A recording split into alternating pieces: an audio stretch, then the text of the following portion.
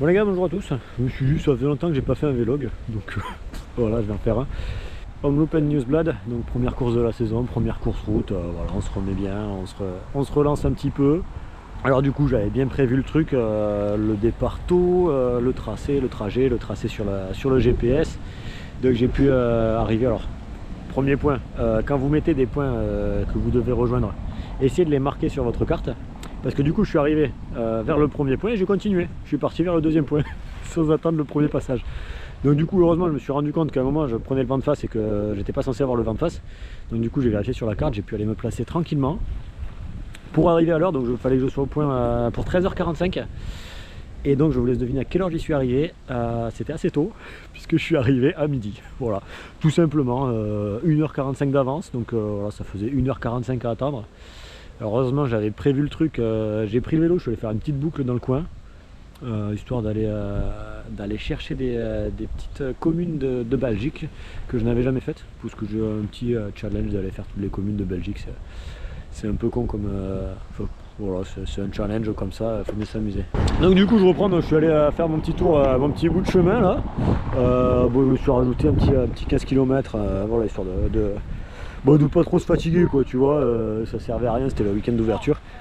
Et alors là je me suis rendu compte aussi que vent de face, et ben putain il y avait du vent. Donc j'ai pris vent de face pendant 5-6 km, après demi-tour, vent favorable. Là j'ai senti aussi que le vent il était favorable. Donc je reviens, alors là il y avait en plus l'arche de départ qui s'était cassé la gueule. Bon voilà, ça arrive hein. Donc je reviens, je passe sur le truc et là bon en plus j'avais bien noté le parcours. Parce qu'il tournait à gauche à un certain moment, moi j'avais noté qu'il tournait à la rue d'après. Donc déjà je m'étais raté sur mon plan, donc j'ai bien fait de faire cette petite boucle, sinon j'aurais attendu comme un con au carrefour d'après. Donc je me pose, là j'avais encore 3 quarts d'heure d'attente, donc bah c'était eu 13h. J'ai eu profitons-en, évitons de manger à 15h. On va manger, ça va te donner des forces. Donc voilà, j'ai mangé, j'ai fait mon petit pique-nique tranquille devant un café, tu vois, parce que voilà, bon les chaises étaient mouillées en plus, j'ai même pas pu m'asseoir. Après il me restait encore une demi-heure d'attente, donc je fais un petit tour, voilà, histoire de se reposer les jambes. Je me suis posé, là j'ai souhaité la bienvenue à ma petite entreprise, parce que bon c'est leur première course, donc voilà, fallait les soutenir, leur montrer qu'ils étaient bien.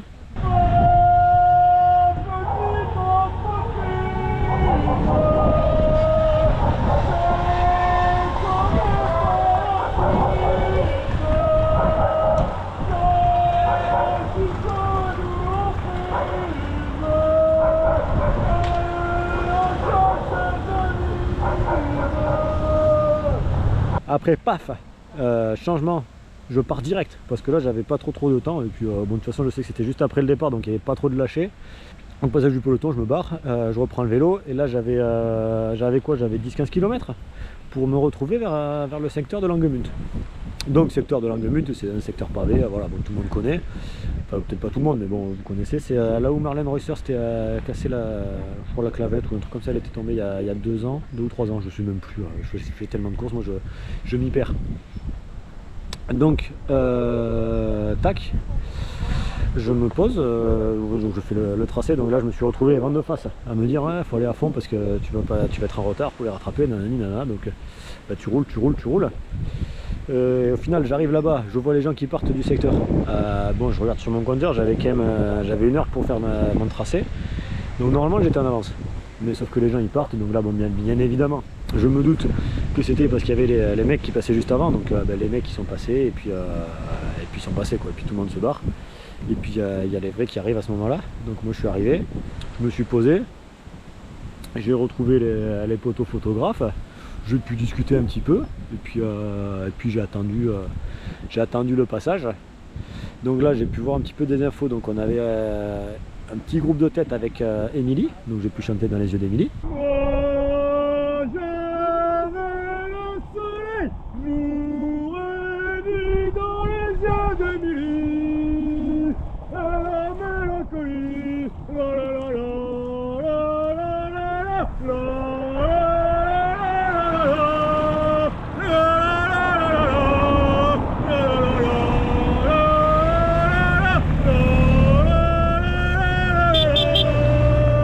Et après passage du peloton, donc tu avais un petit écart. Et là, paf, moi j'étais là, je me suis dit tiens, je vais chanter pour Alex parce que ça fait longtemps que je ne l'ai pas vu, Alex, la petite canadienne de chez Yef. Donc je chante pour elle, je commence à chanter et je vois surtout que là, paf, elle est dans le peloton. Et elle est, surtout elle est en tête de peloton quoi. Tu vois, elle est dans les toutes premières. Donc je la vois bien et puis je chante pour elle et puis elle m'entend et puis du coup elle passe, elle fait coucou avec un grand sourire. Il y avait Eva à côté d'elle aussi qui souriait, donc voilà, ça fait toujours plaisir à voir. Et j'ai retrouvé ma belle canadienne, et j'ai retrouvé la fille de chez Yef. C'est comme ça depuis que l'on se connaît. Et j'ai retrouvé ma belle canadienne. Et j'ai retrouvé la fille de chez Yef. C'est comme ça que je t'aime. Et c'est comme ça depuis que l'on se connaît. Voilà, donc la peloton qui passe, pas trop de lâcher, et là on remballe, on doit se préparer, on repart sur le pavé, et on doit aller vite fait vers le secteur suivant. Alors le secteur suivant c'était Oleveg, qui était lui aussi un petit secteur pavé, parce que je suis sympa les secteurs pavés, hein, on kiffe les pavés les gars. Donc j'arrive vers le secteur, là c'est pareil, j'avais 15 km vent de face, je sens que les jambes elles commencent à tirer un petit peu, tu vois, parce que c'est la reprise, j'étais déjà à 50-60 km, tu vois. Donc ça commence à tirer, plutôt vers 60, hein. Faut voir 65-70 même, mais bon, donc voilà, donc on part, on était tranquille, on y va. Je vous enlève les lunettes les gars, comme ça vous voyez bien ma trace de bronzage, c'est marrant. Donc je pars tranquille, j'y vais et j'arrive à l'heure, donc là c'est parfait, je suis alors... ouais, je suis cramé parce qu'en plus ça monte pour arriver sur le secteur, donc moi j'avais fait une petite montée, il y avait un petit passage pavé aussi, bon enfin voilà, que du kiff.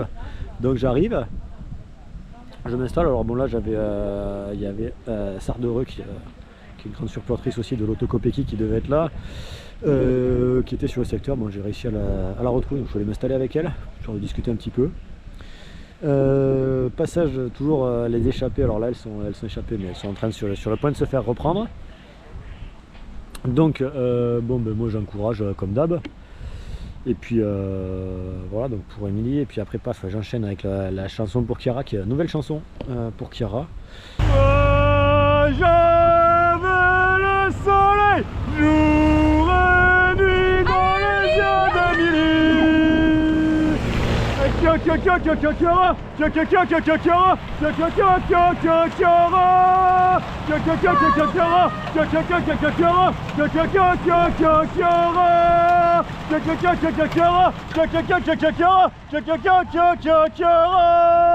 après il y a deux de ma petite entreprise qui avaient été lâchées, alors je pense soit sur une chute, soit une crevaison ou un problème mécanique, parce qu'après elles sont revenues.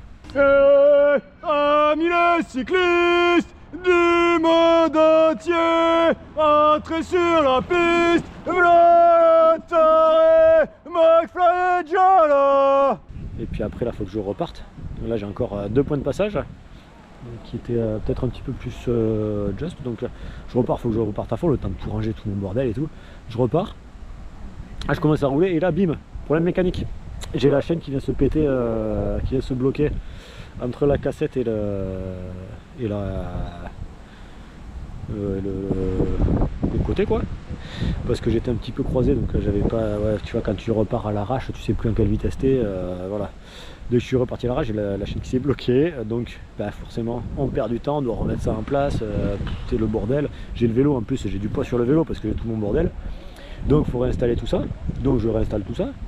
J'ai réussi, en plus j'ai galéré à le remettre, j'ai dû défaire le serrage de la roue, enlever la roue et puis pouvoir repasser après.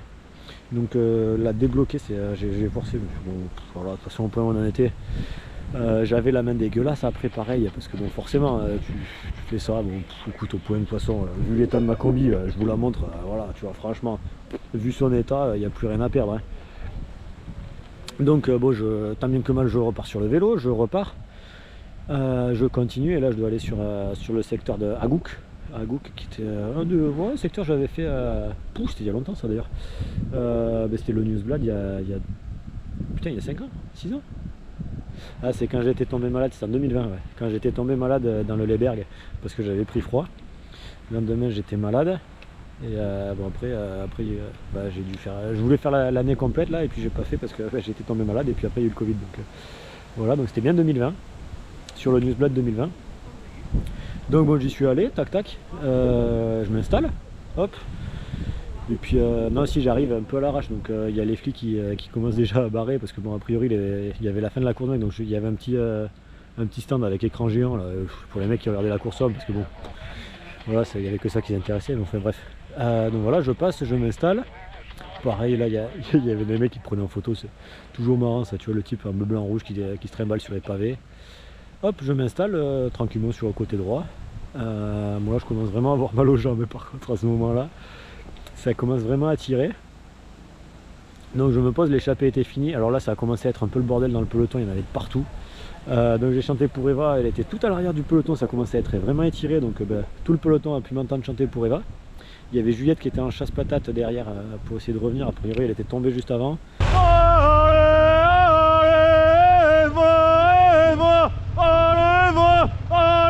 faut y aller, Eva, faut y aller,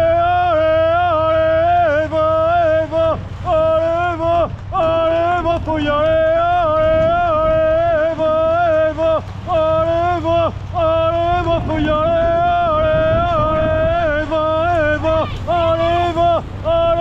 faut y aller, vas-y, d'où elle était tout au fond là, c'est pas bon. Ça commençait après, il y avait des petits groupes de lâchés de partout, c'était vraiment, voilà, il y en avait vraiment de partout, hein, comme on dit. McFly, il chante très haut, McFly, il chante très fort, mais McFly ne s'arrêtera jamais. On ira sur le Giro pour chanter. On ira sur le Giro pour rouler. Chanter, oui, mais chanter très fort. Je veux chanter pour celles